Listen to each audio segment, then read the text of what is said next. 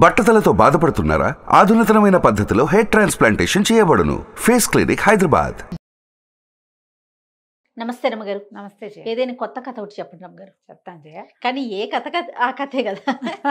అవును, ఇది ఒక డిఫరెంట్ యాంగిల్ ఉన్నది సంగతి చెప్తా. చందమామ కథల్లో బుద్ధుని జీవిత గాథ అహింసా జ్యోతి పేరుతోటి ఒక సీరియల్గా వచ్చింది. ఎన్నేళ్ల నాడో 50s 60s మధ్యలో 57 59 ఆ కాలంలో వచ్చింది. ఈ అహింసా జ్యోతి దాని పేరు. బుద్ధుని గాథలు దాని నిండా ఆయన జీవిత చరిత్ర మొత్తం. శాఖ్యులు వాళ్ళు వీళ్ళు గందరగోళంగా రాజకుమారులు ఎవరెవరి దగ్గర సన్యాసం తీసుకున్నారు, అప్పుడప్పుడు ఏమైంది, విశాఖ కథ మనం చెప్పుకున్నాం కదా. అవును, విశాఖ కథ కూడా అందులో వస్తుంది.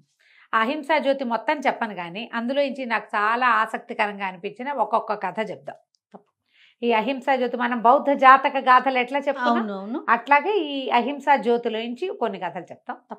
ఇవాళ అంటే యాక్చువల్గా ఇది మొదటి భాగంలో ఏం కాదు, మధ్యలోది ఏదో అలా నచ్చింది నాకు ఆ కథ. శుద్ధోధనుడు వాళ్ళ కాలంలో, తర్వాత కాలంలో కాలవలి అని ఒక పనివాడు ఉండేవాడట రాజస్థానంలో. వాడు ఊరికే రాజస్థానం రాజుగారికి సమీపంలో ఉండేవాడు కానీ ఏ రోజుకు ఆ రోజు పని చేసుకునేవాడు. అతని భార్య భలే బుద్ధిమంతురాలు, ఆ కాలవలి భార్య. అయితే ఏమైందట, ఒక 2 రోజులు అతనికి ఏ పని దొరకలేదు. దొరకపోయేసరికల్లా సరే భార్య ఏం చేసిందట, అంబలి కాచుకునేదిట. మామూలుగా ఒడ్లు ఇంట్లో ఉన్న నూకలతోటి అంబలి కాచింది. అంబలి కాచితే ఆ కాలంలో ఏంటంటే రోజు బౌద్ధ భిక్షువులు భిక్షకు వచ్చేవాడు. భిక్షకు వస్తే ఏమైందట, ఆ భిక్షకు వచ్చిన ఆయనకి ఈవిడ ఏం చేస్తుంది, మరి ఏం వేస్తుంది, ఆవిడ దగ్గర ఏముంది, కాలవల్లి భార్య దగ్గర ఏం లేదు కదా, ఆ అంబలే ఆ గిన్నె నిండా పోసిచ్చింది.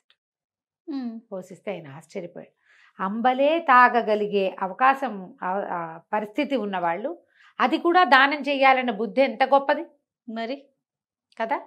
ఆయన చాలా ఆశ్చర్యపోయి బుద్ధుడికి చెప్పాడట, ఒక అమ్మాయి ఇట్లా అంబలి దానం చేసింది, ఆమెకి ఏమొస్తుంది, ఏం లభిస్తుంది ఈ దానం వల్ల అంటే ఆమె రాగల కాలంలో చాలా ధనవంతురాలు అవుతుందని చెప్పాడట బుద్ధుడు. సరే ఆ కాలంలో కొరత వేయటం ఒక శిక్ష ఉండేదట.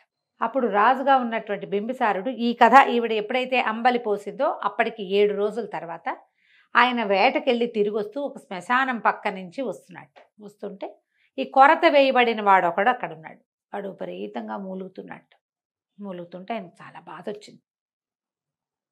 అయ్యో, కొరత ఇస్తే తొందరగా చచ్చిపోరు పాపం. ఏం చేస్తారు, ఒక శూలంలో మనిషిని ఇట్లా దిగేస్తారు.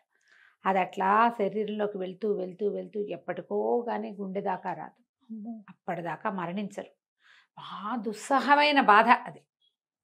అయితే ఈయన ఒక హృదయం ద్రవించి ఇంత కష్టసాధ్యమైన చావులో వీడికి మరణం రావటం లేదని, నాయనా నా వల్ల కావాల్సిన సహాయం ఏదైనా ఉందా అని అడిగితే అడన్నట్ట రాజభవనం నుంచి భోజనం పంపించు రాజా, నాకు అన్నం తినాలనుందని చెప్పాడు. అంత బాధలో కూడా సరేనని వెళ్ళిపోయాడు ఆయన. మర్నాడు ఏం చెప్పాడంటే, శ్మశానంలో కొరత వేయబడిన వాడు ఒకడున్నాడు, వాడికి భోజనం పట్టుకెళ్ళాలి. ఎవరు పట్టుకెళ్తారు అంటే వారా వీరా వీరా వారా ఎంతమందినో అడిగారు. శ్మశానమా అయ్య బాబోయ్ అన్నవాళ్ళు కొంతమంది, కొరత వేసేవాడు ఇప్పుడే ఎక్కడో చచ్చిపోతాడు వాడి నోటో అన్నం ఎవడు పెడతాడని ఇంకొంతమంది మానుకున్నారు. చివరికి కాలవలి భార్య నేను పెడతానంది. పాపం చచ్చేలా ఉన్నవాడికి ఒక ముద్దే కదా పెట్టేది, వాడు ఎంత తింటాడు.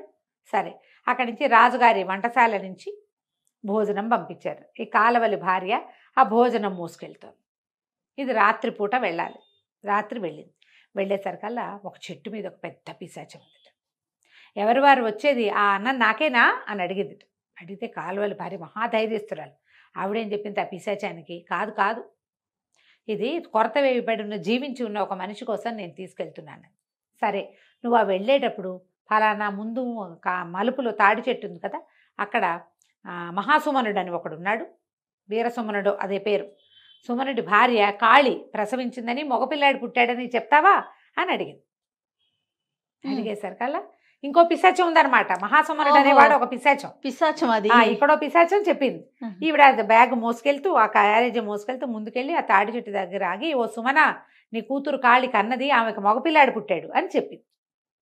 మాట మార్చలా, అక్కడ ఏమిందో అది చెప్పింది. చెప్పేసరికల్లా ఆ పైన ఉన్నటువంటి సుమనుడు, అలాగా చాలా సంతోషం తల్లి, చాలా ధైర్యం చేసి మంచి వార్త చెప్పావు, ఫలానా చెట్టు కింద ధనం ఉంది, తవ్వుకుని పో, అది నీకు బహుమానం అని చెప్పింది.